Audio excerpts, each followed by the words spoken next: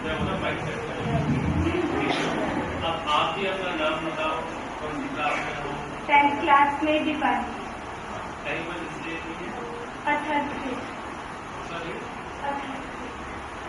आप हाँ भाई, और कोई मिस्टेक हुई है? कोई मिस्टेक? आप आ जाइए।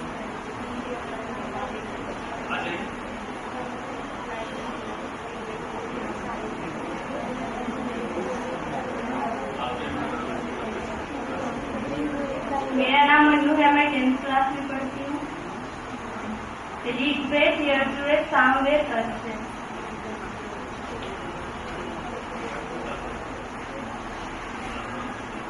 अभी कोई मिस्टेक है? कोई करेक्शन है?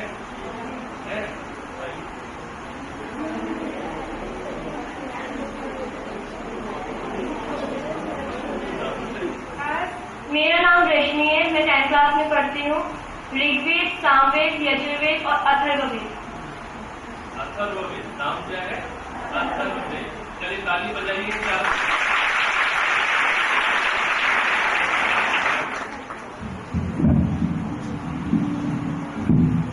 तो जिनकी एक मिस्टेक हुई तो उनके 90% तो मार्क आए ना, तो ताली उनके लिए भी बजी, और जिनके 100% है उनके लिए भी। ठीक है, अच्छा अब इस चीज को समझो, जो 4 वेदों के नाम है ना, इनको एक पर्टिकुलर सीक्वेंस में ही याद करना चाहिए।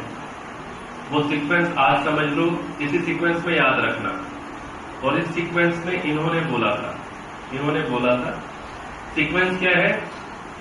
ऋग्वेद, बोलिए, यजुर्वेद, सामवेद, अथर्ववेद। इसी सीक्वेंस में याद करना। ऋग्वेद, यजुर्वेद, सामवेद, अथर्ववेद। अब क्वेश्चन, इसी सीक्वेंस में क्यों याद किया? इसका आंसर, क्योंकि हमें 4 ऋषियों के नाम भी एक सीक्वेंस में याद करने हैं। अब आपको ये तो पता है ना, इन 4 वेदों का ज्ञान ईश्वर ने सृष्टि के प्रारंभ में 4 ऋषियों के हृदय में किया।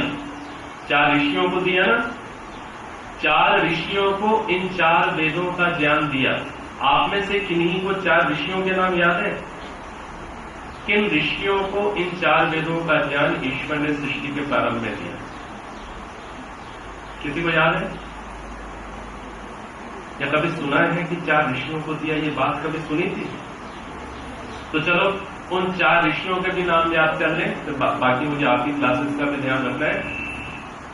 अग्नि ऋषि, वायु ऋषि, आदित्य ऋषि, अंगिरा ऋषि।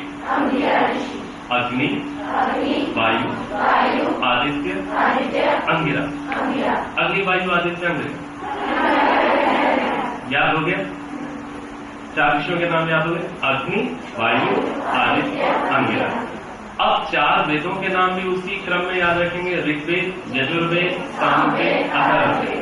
अग्नि, वायु, आदित्य, अंगिरा। ऐसा करने से आपको ये पता चल जाएगा कौन से वेद का ज्ञान कौन से ऋषि को मिला। यदि आप सीक्वेंस में याद रखेंगे ना, तो आपको झट पता चल जाएगा। यदि आपसे कोई पूछे ऋग्वेद का ज्ञान कौन से ऋषि को हुआ, ठीक है, यजुर्वेद का ज्ञान, सामवेद का ज्ञान और अथर्ववेद का ज्ञान पता इसलिए चल गया ना, हमने एक प्रॉपर सीक्वेंस में याद किया, तो ये भी पता चल गया। बात समझ में आ गई? तो ऋग्वेद, यजुर्वेद, सामवेद, अथर्ववेद, अग्नि, वायु, आदित्य, अंगिरा, इतना याद कर लिया, बहुत अच्छा है। तो आज हमने क्या क्या बातें समझी? एक मिनट। आज हमने जो जो बातें समझी, इन बातों को क्रम से शॉर्ट में कोई यहां पर आकर माइक में बोलेगा। अब देखो, नजरें नीचे, दाएं बाएं, शुरू हो गया काम। देखो हम लोग क्या करते हैं, वहां पर मैं देहरादून में रहता हूं, मेरा नाम आशीष है, मैं देहरादून में रहता हूं। वहां पर हम लोग बच्चों के कैंप्स लगाते हैं, ठीक है। तो बच्चों के कैंप्स लगाते हैं, तो उसमें हमारी कोशिश ये रहती है, उस कैंप के अंदर हम हर बच्चे को माइक कर लेकर आते ही आते हैं। लाते हैं हर बच्चे को माइक पर, क्योंकि माइक पर आकर के बोलने का डर एक बार यदि निकल गया तो आप जीवन में बड़े आगे बढ़ते हैं। और ये डर यदि बना रहा तो आपके अंदर खजाना होते हुए भी आप जीवन में पिछड़ जाते। तो एक काम करो, अभी ना अपनी नजर इधर उधर मत करना, पहले ये अभ्यास करो। एक एक बात का अभ्यास करना पड़ता है। अब मैं ये कह रहा हूं कि हाँ भाई, आप में से कोई आकर के बोलेगा, ये जो बातें शुरू से अंत तक बताएं, उसमें बीच में कोई मिस हो गया, कोई बात हम भूल गए, कोई बात नहीं, हो जाता है, भूल सकते हैं, ठीक है। लेकिन ऐसा मन बनाओ कि हाँ, यदि मुझे कहा जाता है तो मैं उठ के खड़ी होकर आ जाऊंगी, ऐसा मन बनाओ, ठीक है। और इधर उधर आंखें मत करो। और यदि कोई चीज में भूल गई तो भूल गई। और ये टीचर तो बड़े उदार हैं, आप सारा भूल जाएंगे तो भी कुछ नहीं कहेंगे, बस आ जाओ। बात समझ में आ गई? तो थोड़ा सा रिवाइज कर लो, क्या क्या बताया था स्टार्टिंग में क्या बताया था? आ गया? कुछ याद आ गया? उसके बाद क्या था? आ गया? उसके बाद क्या था? कुछ आ गया याद? फिर क्या था? कुछ मोटा मोटा याद आ गया? 100% नहीं आया तो 50% तो आ ही गया। 50% तो अपने को आता है ना भाई, तो फिर डरना किस बात का? आप लोग बताइए, कुछ याद आ रहा है 50%? तो भाई टीचर्स थोड़ा सा मुझे समय दे दीजिए, मैं एक बच्चा यहां से उठाऊंगा, क्योंकि ये चीज शायद हो जाएगी तो काम की चीज, और एक बच्चा इधर से उठाऊंगा, इधर से भी उठाने वाला हूं। तो पहले मैं इधर से उठाता हूं। ये खुश हो गए सब। अब नहीं, मैं आप लोगों से नजरें मिला दूं। हाँ भाई, इधर देखो, देखो नीचे मत देखना, मुझे देखो, ठीक है। कुछ याद आता है हमने क्या क्या सीखा है, क्या क्या समझा है? कुछ भाई बातचीत मत, बस देखो, मैं प्यार से बोलूंगा, चुप हो जाऊंगी। हाँ भाई, याद आता है? कुछ याद आ रहा है? बोलो, किसी को खड़ा करने के लिए बोलो।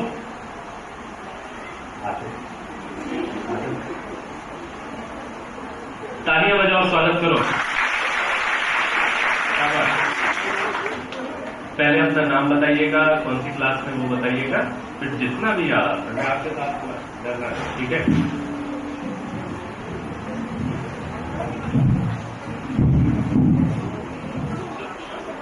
मैं अमनदीप 8th क्लास में हूँ।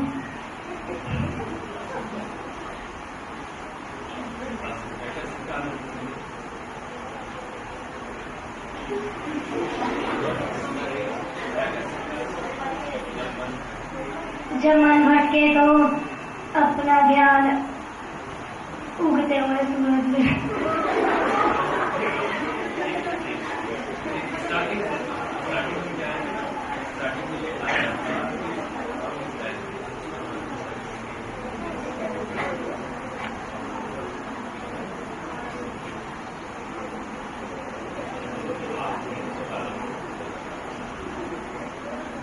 अपने प्रारंभ में हमें बताया कि ये गायत्री मंत्र में अपने लिप्स मूवमेंट्स पर रखने हैं और गायत्री मंत्र का 3 बार जाप करना है।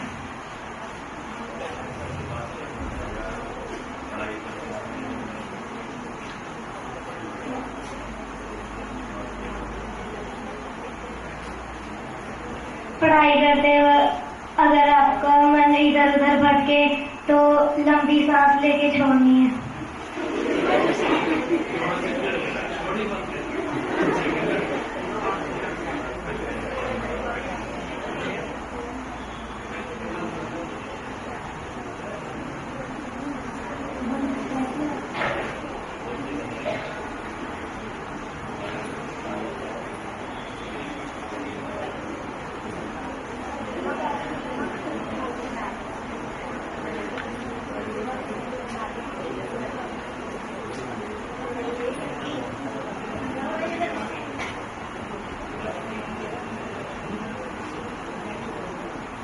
हमें जीवन में कभी भी उदास नहीं होना चाहिए और रबड़ की गेंद की तरह एक बार अगर नीचे गिरे तो फिर से ऊपर हो जाना चाहिए मिट्टी के ढेले के तुम्हारे नीचे गिरकर टूटना नहीं चाहिए।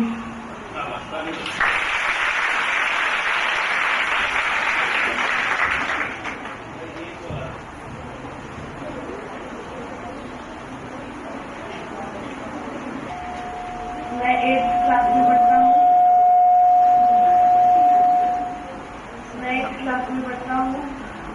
आपने हमें सबसे पहले गायत्री मंत्र को 3 बारी बुलवाया।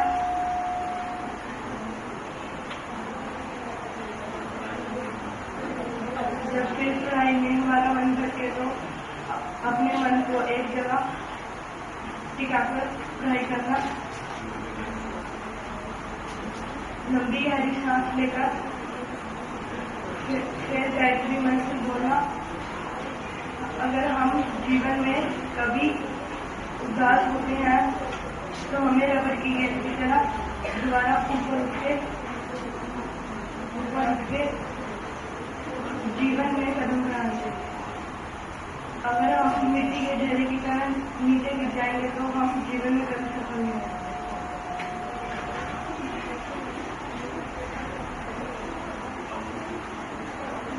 और हमें आंखें बंद करके सूर्य का उगता हुआ सूरज देखना चाहिए।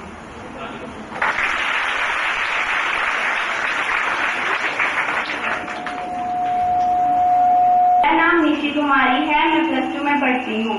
सबसे पहले स्वामी जी ने हमें नमस्ते का मीनिंग बताया।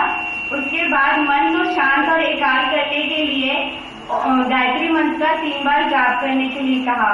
इसमें हमें अपने लिप्स के मूवमेंट पर और ओम के जो गायत्री मंत्र जाप करें उसके साउंड पर ध्यान रखने के लिए कहा।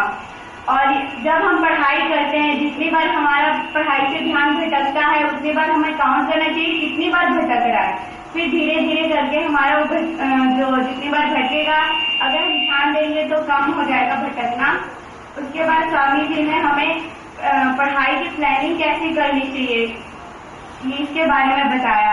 और हमारे टीचर का पीछा तब तक नहीं छोड़ना है जब तक कि हमें वो चीज समझ ना आ जाए।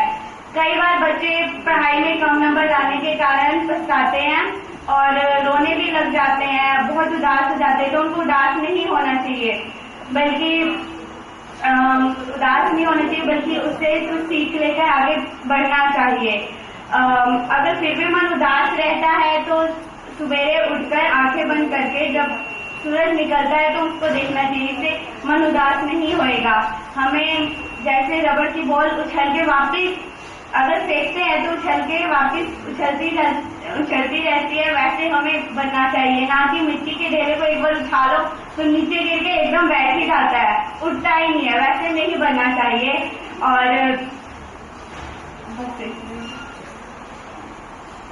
और हमें आर्य का मतलब बताया। आर्य का मतलब होता है श्रेष्ठ। हमें श्रेष्ठ बनना चाहिए, डरना कभी भी नहीं चाहिए। जिस काम से हमें डर लगता है हमें वो काम जानबूझ के करना चाहिए, ताकि जिस अच्छे काम से करने में हमें डर लगता है उस काम को हमें जानबूझ कर करना चाहिए ताकि हमें वो काम करना आए, डर नहीं करना।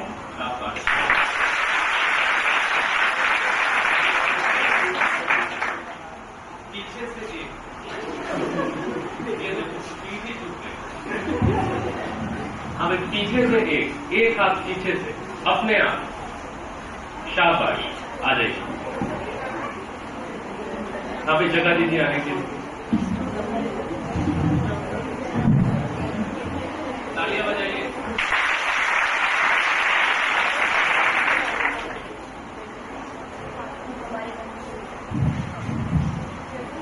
मेरा नाम रवनीत है, मैं +2 में पढ़ती हूँ। आज हमने सीखा कि हमें कैसे श्रेष्ठ बनना चाहिए। सबसे पहले स्वामी जी ने हमें नमस्ते शब्द का अर्थ बताया कि जो हम दूसरों को आदर देते हैं। फिर उन्होंने हमें बताया कि हम पढ़ाई पे अपना कैसे कॉन्सेंट्रेट कर सकते हैं। हमें अगर हमारा पढ़ाई में मन नहीं लगता तो हमें सबसे पहले लंबी सांस भर के गायत्री मंत्र का उच्चारण करना चाहिए। अपनी आवाज जो हमारी साउंड है उस पर और जो हमारी लिपसिंग है उस पर ध्यान केंद्रित करना चाहिए। फिर जो हमारी प्लानिंग है, हमें आगे कैसे पढ़ना है, अच्छे मार्क्स कैसे लाने हैं, उसके बारे में हमें सोचना चाहिए। हमें सबसे श्रेष्ठ बनना चाहिए, दूसरों के लिए उदाहरण बनना चाहिए। जो व्यक्ति भीड़ में से निकलकर सबके लिए उदाहरण बने, ऐसा बनना चाहिए। हमें मिट्टी के ढेले की तरह नहीं बनना चाहिए कि हम नीचे आकर गिर जाएं और बैठ ही जाएं। हमें रबड़ की गेंद की तरह बनना चाहिए कि जो व्यक्ति एक बार नीचे गिर भी जाता है फिर भी उसे दोबारा ऊपर उठने की कोशिश करनी चाहिए, हिम्मत जुटानी चाहिए। अगर कोई अच्छे काम को करने में डर लगता है तो उसे बार बार जानबूझकर करना चाहिए, जिससे हमें हिम्मत मिलती है। फिर स्वामी जी ने हमें ऋग्वेद, इन सबकी जो 4 वेद हैं ये, और इनको किन ऋषि के पास इनका ज्ञान है, ये सब सिखाया।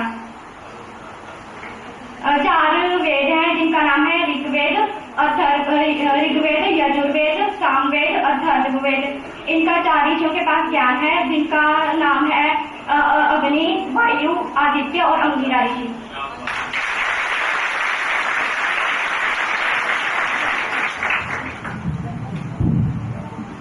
चलिए, तो आप सभी का बहुत बहुत धन्यवाद। मैं तो कल का आ गया, आप देहरादून आएंगे कभी? आना है देखने?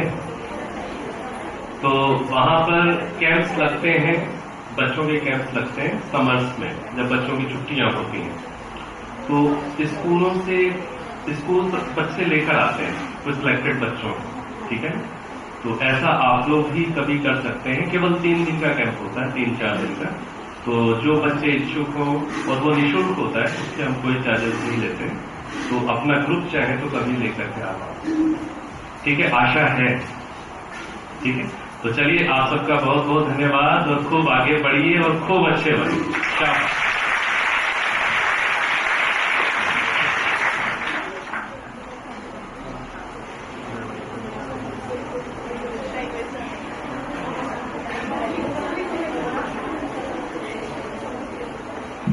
जाता है और साहब वापिस आ जाता है, नहीं बच्चे होता।